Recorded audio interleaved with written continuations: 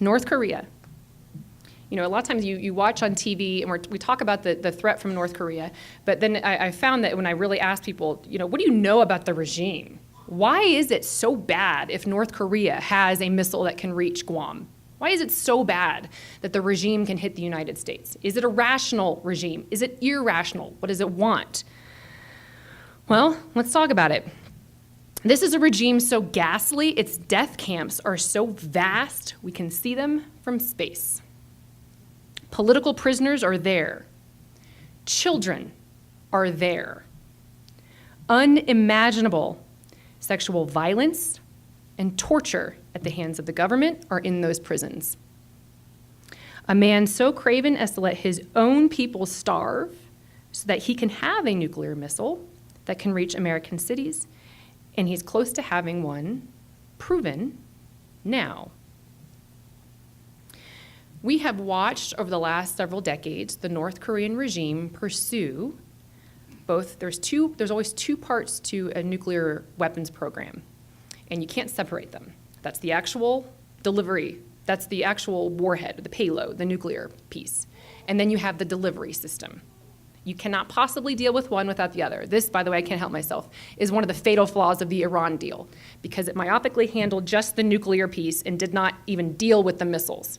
Well, the nuclear piece is actually easier to get done. We've watched it with North Korea. They've had a nuclear weapon for many, many years. But what have they been doing recently? Testing missiles. And you know, a lot of times they'll test a missile, it'll blow up on the launch pad, and everybody out in Washington, D.C. says, see, North Korea is not really something to worry about because they can't get their missile program right. But what they've been doing is every time there is a failure, or if it doesn't go right, they learn from that mistake, they take that technology, they apply it to the next test, they move the system along. And as I said recently on TV, I said, it's like we've been watching North Korea develop this capability over the last several decades, like a train coming at us, and we've done nothing about it. And I like to, you know, I hit the Obama administration the hardest on this because they had the most recent opportunity to prevent it from happening. They had 8 years, and the Obama administration employed what they called strategic patience towards North Korea. That's a really fancy way of saying we looked the other way and dealt with these other things, and we didn't deal with North Korea. And so what we have seen then is just in President Trump's term, in July, 2 intercontinental ballistic missile tests that were successful.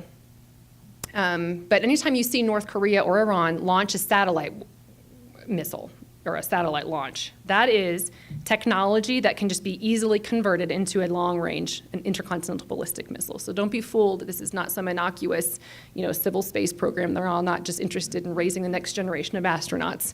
That's not what they're doing. They're testing their long-range missile program. And that's what North Korea has been doing. And then we also just recently saw North Korea, for the 6th time, explode a nuclear device, test a nuclear weapon.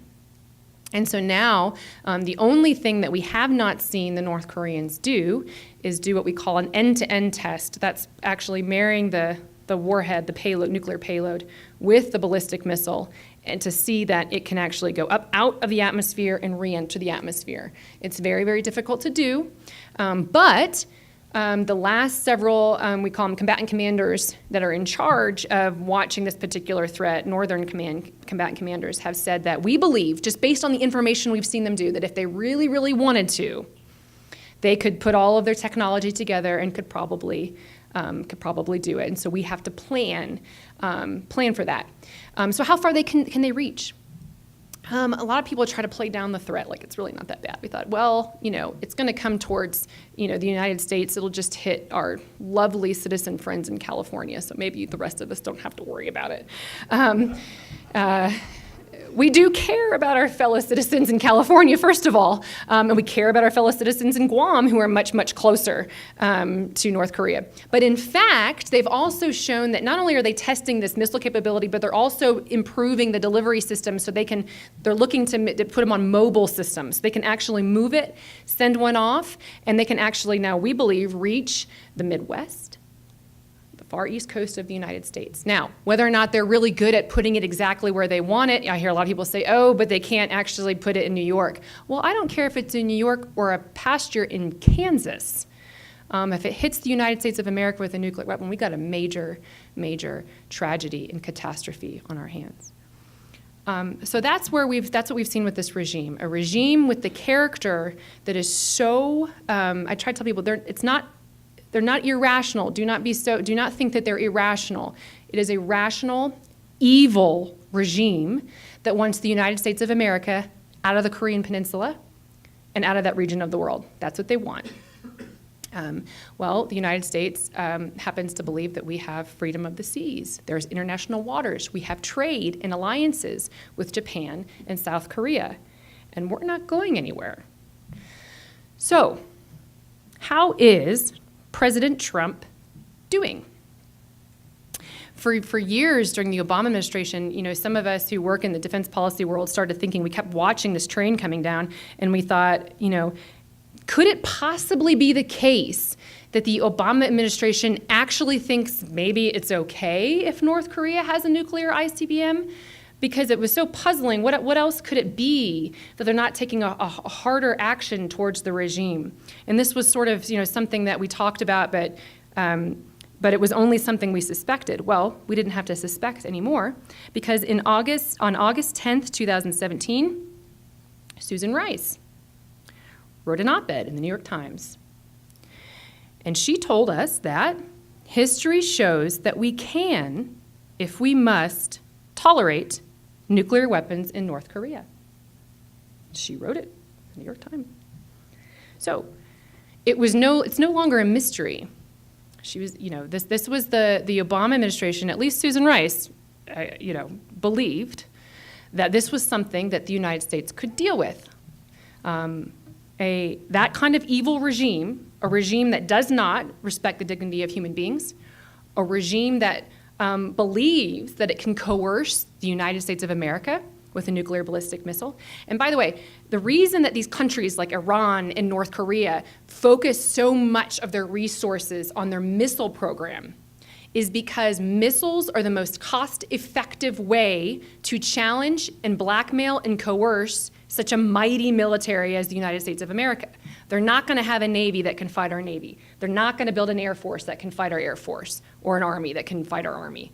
Well, they got a big Army. But they're not. It's never going to be as good as the one that the United States of America has.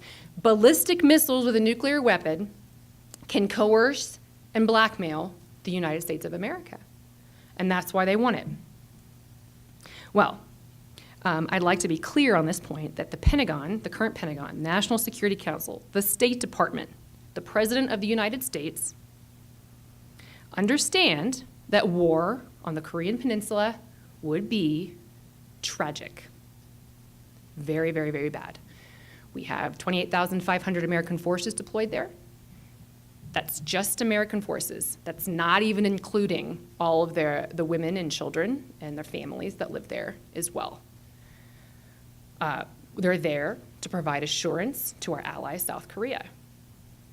And the South Koreans are just a couple of dozen miles away from the DMZ, where all of these conventional artillery is located in North Korea. The South Koreans are basically being held hostage today, right now, from a North Korea. But given the choice, President Trump has been very, very clear on this point. Given the choice between allowing the Kim regime to hold, essentially, a nuclear gun to the head of the American people or war on the Korean Peninsula, he's choosing the latter, okay? He's made that very, very clear. Now, a lot of people, as Jeff pointed out too, have been critical of President Trump's words, saying that we do have a viable military option against North Korea. Say something about that. President Obama said multiple times, all options are on the table. What was he talking about? A military option against North Korea. What's the difference between President Obama saying it and President Trump saying it?